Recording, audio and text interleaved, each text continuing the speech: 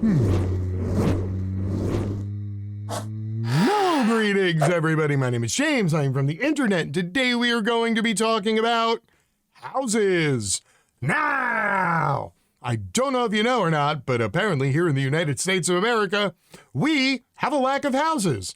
And you would think that would be a bigger deal, and there'd be alarm bells going off, and it would be leading off the top of the hour every hour on the evening news, but no, apparently that's not the case, and I find that weird because, without a home, people eventually either A, die of exposure, or B, get arrested for vagrancy and trespassing a metric shit ton of times until they literally just spend the rest of their lives languishing in a jail cell.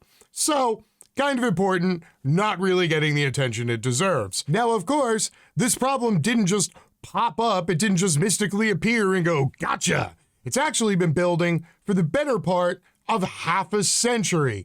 It all started off with towns and counties across the country being abandoned because there was one single employer there, and then that employer eventually left to someplace where they got an enormous tax break, or B, they poisoned everything within 40 miles and nobody could drink the water, and so those towns and counties were abandoned. Even though there's houses there, they're technically not houses people could live in. And so that pushed the boom of the suburb with mass building in the 70s and the 80s. And then you look at all the suburbs and you go, hey, wow, look, there should be enough housing, right? No.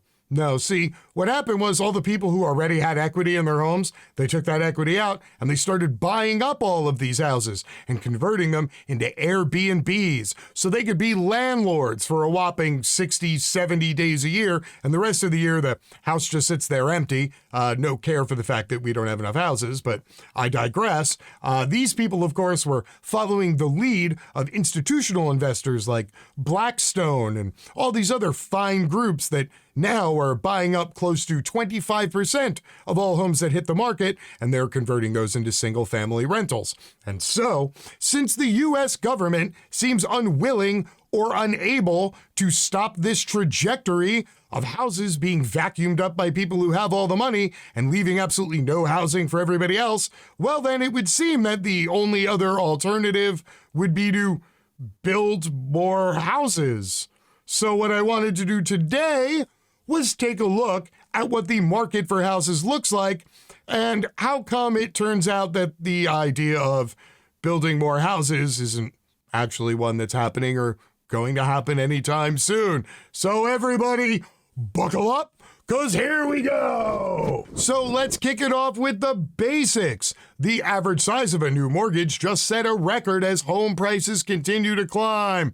Yeah, that's right. It turns out that raising interest rates combined with rising inflation, combined with an artificial lack of inventory in housing markets across the country, is doing everything it can to combine and drive housing prices so high that you, the normal average member of the working class, can no longer afford one. So if you were sitting around waiting for that window of opportunity to open up, yeah, that's not going to be a thing. Quote, prospective buyers still face elevated sales prices in addition to higher mortgage rates. The heavier mix of conventional applications again contributed to another record average loan size at $453,000.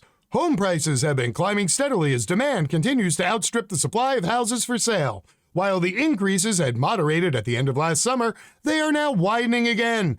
Prices nationally were up 18.5% year over year in December. And keep in mind that year over year comparative to the December before, that was 12%. So you're talking a roughly 30% increase in just 2 years on the price of the average home in the U.S. And this is a very large part of the reason why most people have been priced out of owning a home. And now, instead, they're forced to rent a home from some fine person like Susie, who lives in the cul-de-sac and owns her own home and is now taking roughly 70% of your income. Or, such fine people like Blackstone, who are also doing the same thing, only they're not named Susie and they don't live down the block. And so, of course, this beckons the question, when are y'all going to start building a bunch of affordable new houses that, regular people can buy? Oh, look, it turns out that's not going to be a thing either. Soaring lumber price adds nearly $19,000 to the cost of a new home. Now, for everybody screaming supply chain and hooping and hollering, keep in mind, this was forecast years ago, before COVID even ever became a thing, because so much of the planet is on fire, and you know that usually involves trees burning, that there have been fewer areas where people could actually go and chop down trees to then get to lumber mills to then cut down into usable pieces of lumber so that people could build houses. Yeah, $20,000 more to the price of a house. And this, of course, is pushing home builders into the problem of either building a house that's ludicrously expensive or, quote, not being able to make enough money. So I don't know. Again, I gotta scratch my head and wonder, is there some place where the U.S. government could, step in, ease some of these roadblocks, make it easier for home builders to build affordable homes, to regulate the market so that homes could literally be affordable? Well, there is actually one thing that the current administration has done regarding the lumber home building issue, because again, they're not doing jack shit about institutional investors buying everything up. So, hey, I don't know. Let's see what Joe's got up his sleeve for this one. Why is the Biden administration increasing the cost of building houses? Huh? What? Joe, I feel like Joe didn't just listen to the beginning of my video, because this is a big problem. Lots of people don't have homes. There's no affordable housing. The government's not keeping institutional investors in check. So you would think they would be issuing policies or directives that would make it easier for people to acquire land, build homes, have more homes on the market so that the prices drop so there's affordable housing for other people. What did you do, Joe? The White House declared, quote, President Biden is committed to using every tool available in government to produce more affordable housing supply as quickly as possible. Yeah, that's what I was hoping for. Yeah. Yet, oh no, the sentence started with yet. That's not good. Yet on November 24th, Biden's Commerce Department announced it was doubling duties on softwood lumber imported from Canada from an average of roughly 9% to an average of roughly 18%.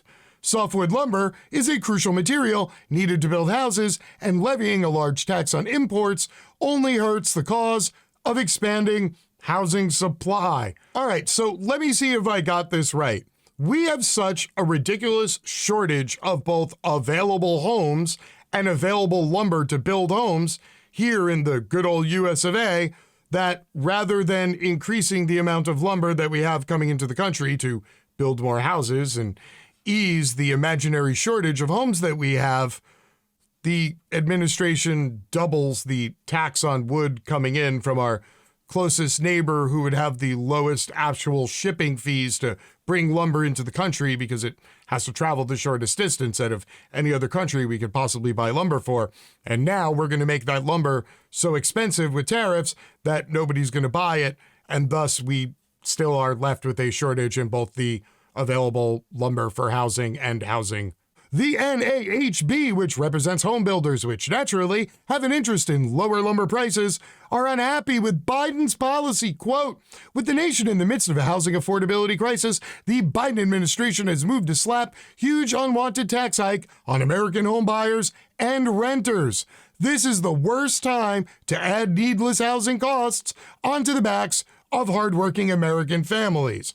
And again, before I get painted out as some industrial capitalist shitbag here, I'm going to point out that the far easier way to deal with this situation was to slap a large tax onto home buying on behalf of companies that already own $7 trillion worth of homes. But of course, we couldn't be bothered to do that. No, of course not. The capitalist class is absolutely loving the idea of neo-feudalism and just having wide swaths of the country filled with renters and no homeowners.